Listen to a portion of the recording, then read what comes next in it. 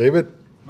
David Moore, Dallas Morning News, because you love starting with injury questions on a Wednesday. Fire away, man. Just Micah, Bland, some of your other guys, and what the plan is for them today and the outlook for this. Yeah, Micah will be in the rehab group. Deron will start off with the anticipation of going, practice in a limited process. So I know Brett wants to still get some more work with him. So who else you got? Kendricks would probably fall in there. He's limited. Anyone else?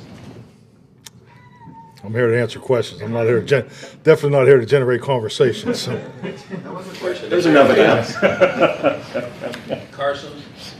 Carson, he's in the rehab group. Yeah. You can see what he can do. I defer my time to Brad on that question. Yeah, I'll sort of bring the list in here. Clarence Hill, All City, Dallas. They've kind of had their number with you guys of late. Is there any motivating factor of getting over that hump? Definitely. I mean, you're always motivated each and every week. I mean, yeah, probably the best game for us to watch is last year's game. I think there's a lot of carryover from the game. Obviously they got a different defensive coordinator as far as how they're calling it. Their offensive approach is still very similar. So you look at all those things, but I think just like anything, and it was so evident on Monday, and it's always healthy to have extra time to spend on yourself. And we, regardless of who we're playing, regardless of what happened last year, 2 years ago, it really is irrelevant. And we need to improve, and that's in a number of different areas, and that's what we're working on. And so, and that's what it'll come down to Sunday night. Mike, Todd, Would you like my answer?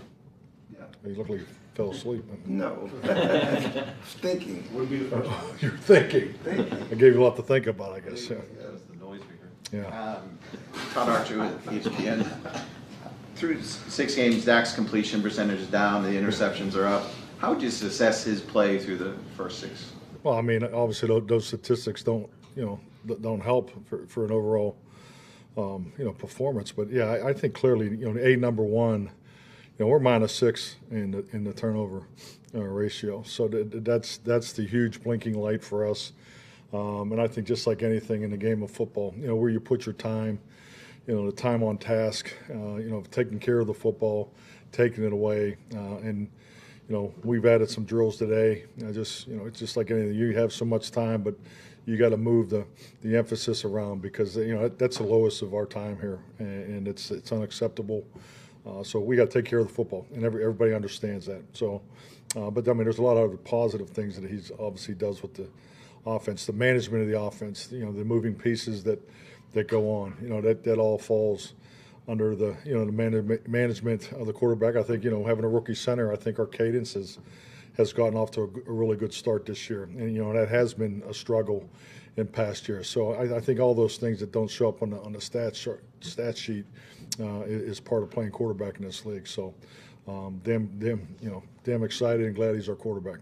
You mentioned that he was here a bunch last week. Can you talk about him on a bye week coming in here? I don't know. Is it legal for him to be here? Because I'm not answering any questions that have any that line up with the CBA rules because I'm not rehearsed in it. So I don't know. He's doing what he's supposed to be doing. So I see him a lot, all within the rules.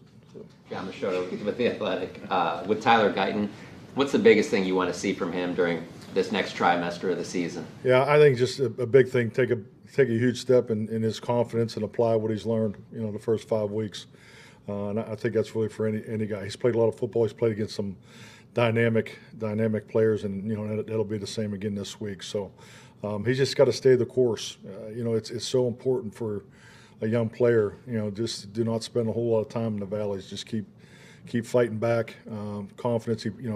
He's wired the right way. Has good work ethic. He's just young, so he's just got to keep fighting. Calvin Watkins, Dallas Morning News. How much has his health kind of hampered him a little bit?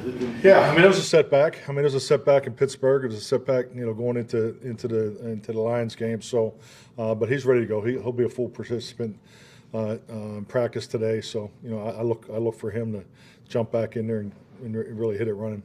Outside of the lack of attempts in the run game, yeah. when you are running the ball, what are you seeing from that? Well, I think the biggest thing, I think if I was going to grade the run game, number one is the attempts. You can't establish, the run with the limited number of attempts. And 3 to 6 games, obviously, just you don't want to be in those kind of games. But I think when you are able to get into a rhythm, I think the Pittsburgh game's the latest game that illustrates that, and you're able to counter your runs off of one another, and play the game, schematically within the game.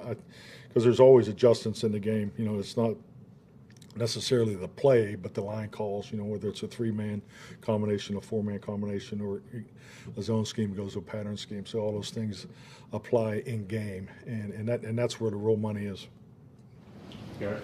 Garrett Woodell, CBS Sports. Mike, yesterday Jerry was addressing the start to the season. He talked about youth and execution, but he also specifically said bad plays and bad concepts. What is your thoughts on Jerry's comments on the coaching to start the season? Don't really have one. I talk to Jerry all the time. We've had time to go through the self-scout, so I can't really. I didn't see the comments specifically, so but I don't think we have bad concepts and bad plays. But I'll go back and check. But no, we're not where we want to be. I mean, that's clearly, and it ultimately is my responsibility, and I'm fully aware of that. But we are very diligent. We're on top of what we want to do. And just like anything, I just came from a walkthrough, and it's just, the walkthroughs have been good, but it always goes back to communication. So, I mean, just going back to the Detroit game, it's the first run of the game. We practiced it a number of times. Got the look we're expecting him. And we had the wrong declaration, based on communication. So at the end of it, we just got to tighten up our communication and make sure our guys are playing fast and the ability to play faster than the opponent. And with that comes confidence. And I think that's what we're clearly working towards. And that's what we want to do Sunday night and get that win. David. Oh, Mike, you're looking at last year's San Francisco game was a good template for you. But when you look at this defense, what do you need to do offensively to have success against them defensively? Well, I think just like anything, where's the money at? I mean, you look at their defense and it starts up front. I mean, they're still top notch. I know they got a couple guys down on IR, but it's their two outside pieces are as good as anybody you'll play against all year. So and they're playing well. I think, just like anything, I always look at the different levels of the defense, and they got excellent players on all 3 levels. I think Fred's playing Warner's playing as well as anybody that's played that position in some time. So he's definitely someone that jumps off the tape. Schematically, very, very sound. They put it on the front. And their coverage pieces they're aggressive. So they're playing 2 rookies now. They're in the back end, and they've been nice additions. Through their opportunity because of injury. But this is a very good defense. You talk a little bit more about Fred, just what he does and how impressed you are with him, and what he means specifically to San Francisco. The level he's playing this. Yeah, I just think like anything, we got a chance to watch a player come into the league, and he definitely made an impact. But you can see the ability. But now you see someone that his read and recognition is in patience and understanding, and then when he triggers, he's a playmaker in there, and they utilize him too. I mean, they put a lot of coverage responsibility on him. He's the one, making the checks on the formations. I mean, your pre-snap mannerisms have to be, aligned.